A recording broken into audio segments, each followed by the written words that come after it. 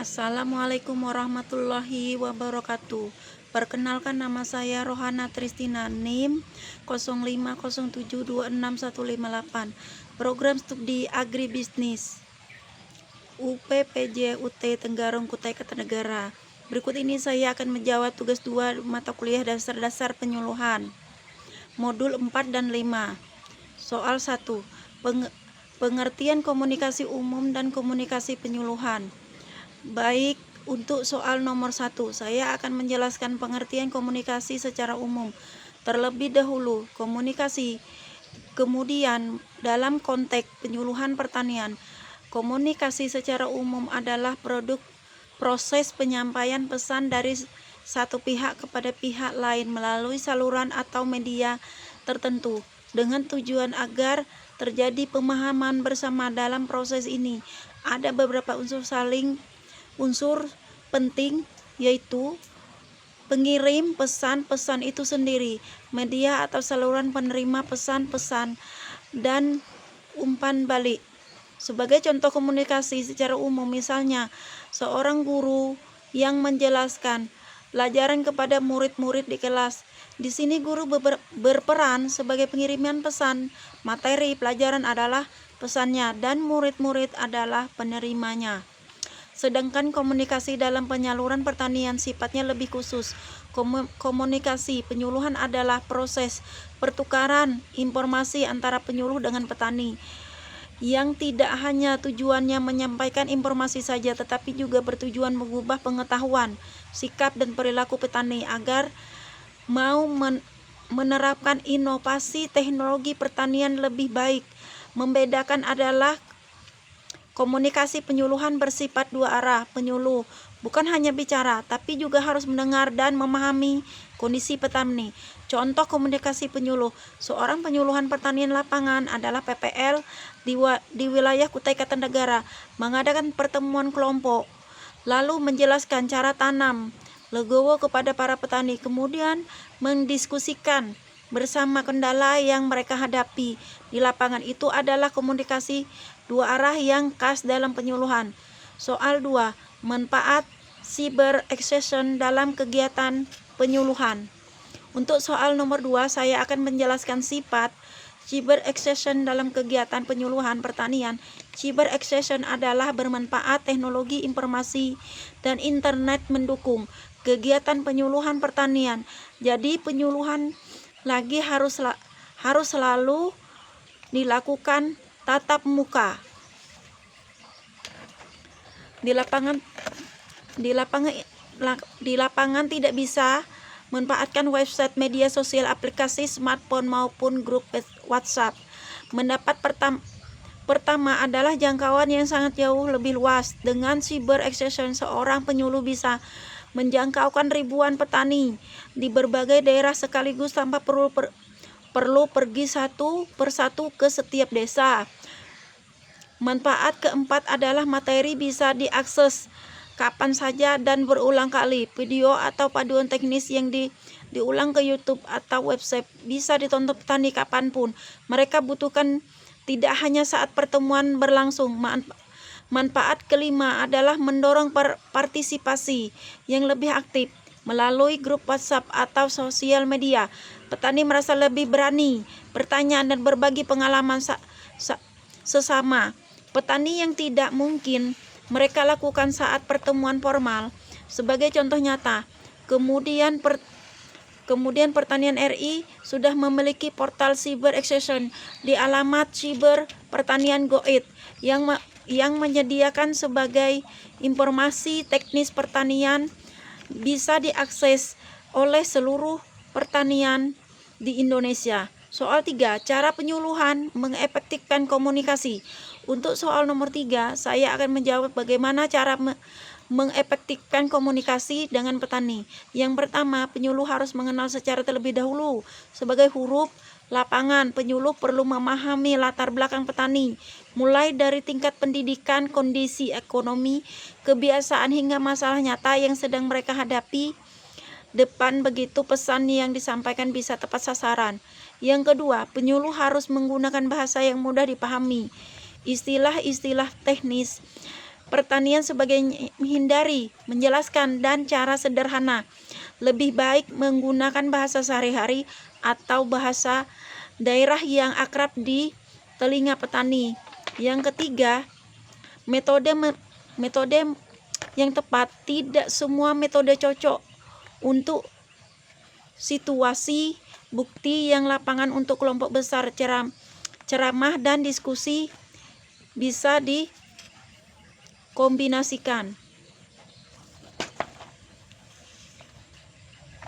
Yang keempat, menggunakan media sesuai live lab, bergambar atau video singkat yang sangat membantu petani yang kurang biasa membacakan teks panjang.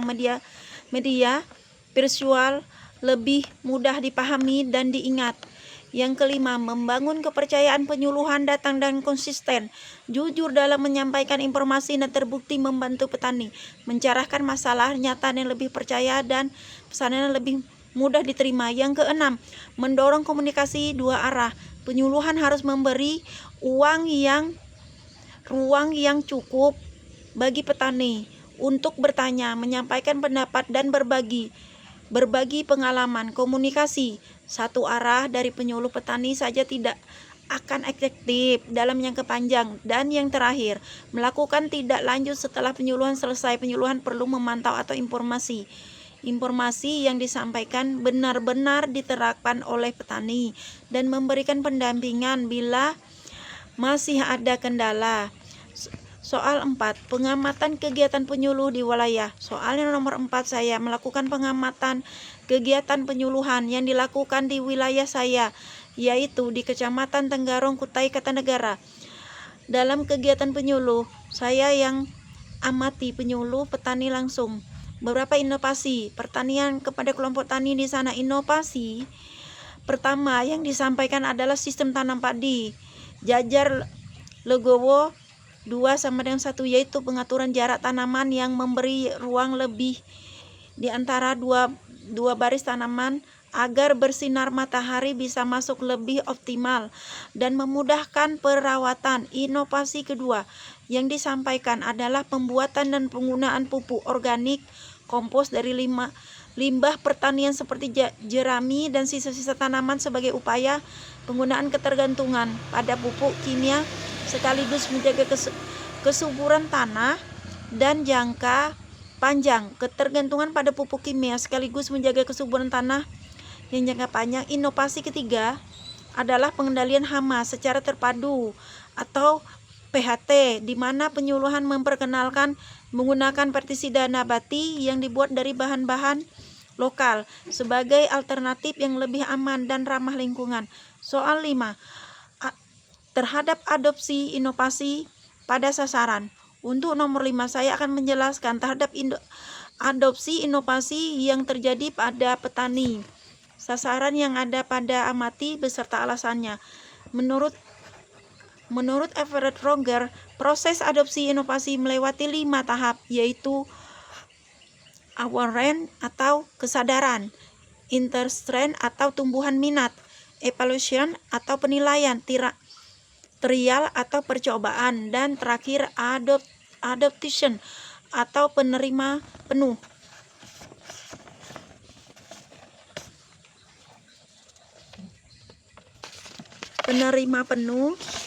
Dari pengamatan yang di Tenggarong.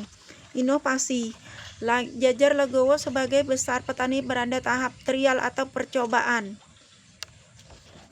Soal 6, faktor yang mempengaruhi kecepatan adopsi inovasi. Untuk soal terakhir nomor 6, saya akan menjelaskan faktor-faktor mempengaruhi kecepatan adopsi. Faktor pertama berasal dari sifat inovasi itu sendiri. Menurut Roger, ada 5 karakteristik inovasi yang mengetahui kecepatan menerima. Yang pertama adalah keuntungan relatif. Inovasi jajar legowo diadopsi lebih cepat karena petani sudah melihat bukti bahwa hasil panen tetangga yang coba meningkat. Yaitu kedua adalah kompatibilitas pupuk kompos dari limbah jerami mudah diterima karena bahan bakunya sudah tersedia di sekitar petani. Yang ketiga adalah kompleks VHT diadopsi oleh lembut karena proses kemampuan untuk dicoba dalam skala kecil. Petani di Tenggarong mau mencoba belajar legowo di separuh petak sawah untuk sebuah diterapkan penyeluruh. Dan kelima adalah hasil bisa diamati. Ketiga, petani lain melihat panen tetangga, melihat mereka akan lebih melimpah, termotivasi untuk ikut mencoba. Faktor kedua berasal dari karakteristik petani itu sendiri. Petani ini memiliki pendidikan lebih tinggi, lahan yang lebih luas, dan akses informasi yang lebih baik. Misalnya aktif di kelompok tani atau sering dikunjungi penyuluhan, cenderung lebih cepat menerima dan motivasi inovasi baru. Sebaliknya, petani memodalkan terbatas, lebih ragu-ragu karena tak gagal dan rugi. Faktor ketiga adalah lingkungan sosial. Peran tokoh tani atau petani maju di desa sangat besar.